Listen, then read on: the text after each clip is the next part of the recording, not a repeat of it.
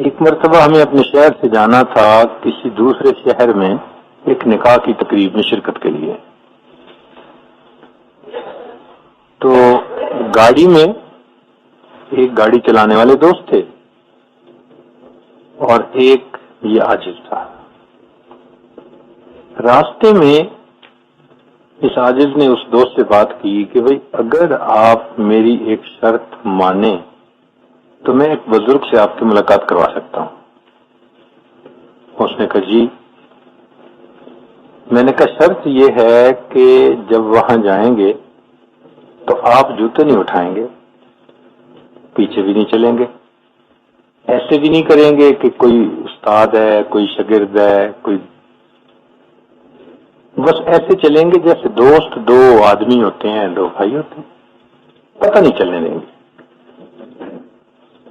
اس نے کہا ٹھیک ہے. راستے میں ایک خانقاہ پڑتی تھی جہاں ہمارے بزرگوں میں سے ایک بزرگ تھے. اس عاجز کا ارادہ تھا کہ چلو عشاء کی نماز وہاں پڑھ لیں گے اور امید ہے کہ حضرت کی زیارت بھی ہوگی, مسافہ بھی ہوگا. تو ہم اس طرح حاضر ہوں گے جس طرح دو لڑکے حاضر ہوتے ہیں. اس وقت سب بال کالے تھے, دیکھنے میں لڑکے نظر آتے تھے. اس نے یہ بات مان لی.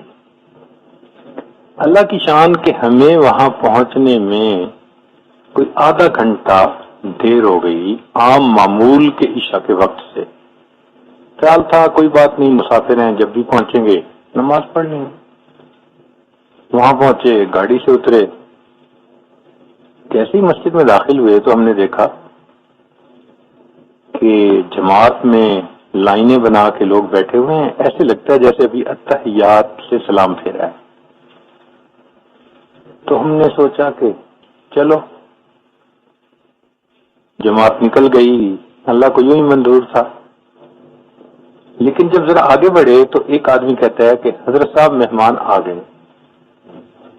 ہم نہیں سمجھے اس بات کو. حضرت نے فرمایا کہ ان کو آگے بھیجو.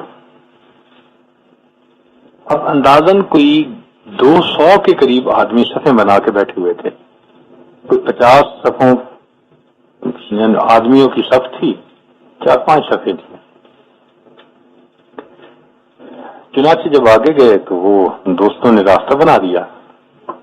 ہمیں سمجھ تو نہ آئی, لیکن ہم نے یوں ہی سمجھا کہ بھائی یہاں چونکہ ہم نوارد ہیں, نئے لوگ ہیں, تو کسی نے دیکھ کے کہہ دیا ہوگا کہ کوئی راگیر ہیں, مہمان ہیں, آئے ہیں. تو حضرت نے فرما دیا ہوگا آگے بھیج دو ان کو. لو جی, ہم آگے صف میں کھڑے ہوئے. حضرت نے اس وقت کہا تکبیر کہو, اقامت ہونے لگی اور جماعت ہو گئی. جب نماز مکمل کر لی, جانے والے لوگ چلے گئے, تو ہم حضرت کے پاس بیٹھے, اور لوگ بھی بیٹھے. تو حضرت نے فرمایا کہ کہاں سے تشریف لائے ہیں؟ تو بتا دیا فلاں جگہ سے آئے ہیں. کیا نام ہے؟ تو نام بھی بتا دیا, جی ذوالفقار احمد نام ہے. کہاں جا رہے ہیں؟ جی ایک نکاح کی مجلس میں حاضری ہے جی. وہ پوچھتے تو رہے اپنی طرف سے, لیکن کوشش ہم نے بھی کی کہ پتہ نہ چلے. کیا کرتے ہیں, انجینئر ہیں ایک جگہ.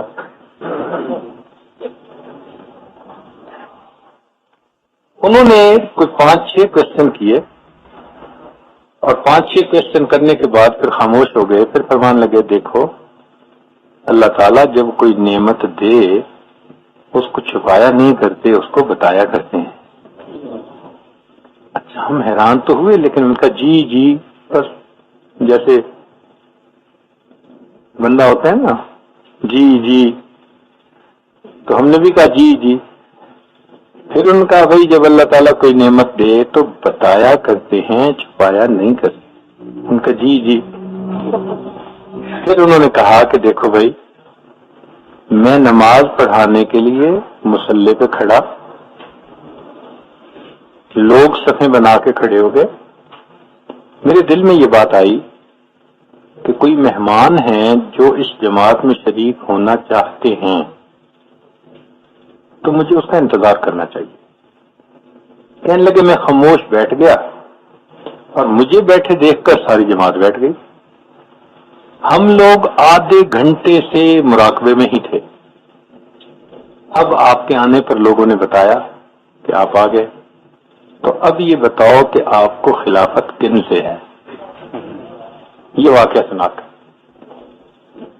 ہمارے لیے بھی یہ آئی اوپنر تھا، بالکل ان ایکسپیکٹڈ تھا. ہم ایکسپیکٹ نہیں کر سکتے تھے کہ جب تک ظاہری ہم نے پگڑیاں اتار کے ٹوپیاں پہنی تھی، رومال بھی اتار دیے تھے، بالکل لڑکے لگتے تھے جیسے ایک لڑکا سا ہوتا ہے، طالب علم سا ہوتا ہے. خیال یہی تھا کہ وہ سوچیں گے کوئی طالب علم ہے گزرتے ہوئے نماز پڑھنے ہوگی. لیکن اللہ والوں کی یہ فراست ہوتی ہے، وہ پہچانتے ہیں. کہ اس واقعے کی تصدیق ایک اور واقعے سے بھی ہوئی. ہمارے ایک کولیگ تھے، وہ انجینئر تھے، ان کے شیخ نے آنا تھا. انہوں نے دعوت دی کہ میرے شیخ تشریف لا رہے ہیں. تو ساجد نے کہا بھائی میں ان سے ملوں گا تو صحیح، مگر شرط یہ ہے کہ آپ اس عاجز کے بارے میں ان کو کوئی تعارف نہیں کروائیں گے، ایک لفظ بھی نہیں بولیں گے. اگر وہ پوچھیں بھی تو اتنا کہہ دینا جی کہ یہ یہاں فیکٹری میں مینیجر ہیں، کیونکہ مینیجر کا رینک تھا. تو وہ سمجھیں گے کہ چلو کارخانے میں کام کرنے والا بندہ ہے. تو میں آؤں گا، بیٹھوں گا، باتیں سنوں گا اور چلا جاؤں گا. ان کا ٹھیک. ان کے شیخ تشریف لے آئے، یہ عاجز بھی حاضر ہوا اور پیچھے ہی بیٹھا رہا. اس وقت بھی اسی طرح سر پہ ٹوپی سی تھی اور عمر بھی وہی بالکل ابتدائی تھی جیسے شاوال تھے. تھوڑی دیر مجلس ہوئی، اس کے بعد ان بزرگوں نے کسی گاؤں میں جانا تھا. اب ہوا یہ کہ جس بندے نے گاڑی لے کے آنا تھا وہ پہنچا نہیں.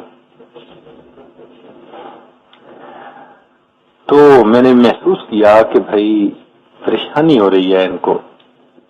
تو میں نے اپنے اس دوست انجینئر سے کہا کہ بھائی اگر ضرورت ہے کہیں ڈراپ کرنے کی تو میں کر دیتا ہوں. اس زمانے میں اپنی گاڑی میں خود چلاتا تھا.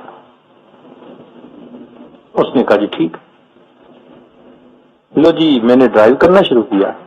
وہ بزرگ آگے سیٹ پہ بیٹھ گئے اور وہ جو ان کا خادم انجینئر دوست تھا وہ پیچھے بیٹھ گیا. اب چونکہ میں نے اس کو کہا ہوا تھا کہ آپ نے کوئی بات نہیں کرنی، تو وہ گپیں لگا رہا تھا اپنے شیخ کے ساتھ، باتیں کر رہا تھا. اور پیر مرید باتیں کر رہے تھے، ہم سن بھی رہے تھے، ڈرائیونگ بھی کر رہے تھے خاموشی کے ساتھ. لو جی ڈرائیونگ کرتے کرتے ہم اس گاؤں میں پہنچے تو عشاء کا وقت ہو چکا تھا.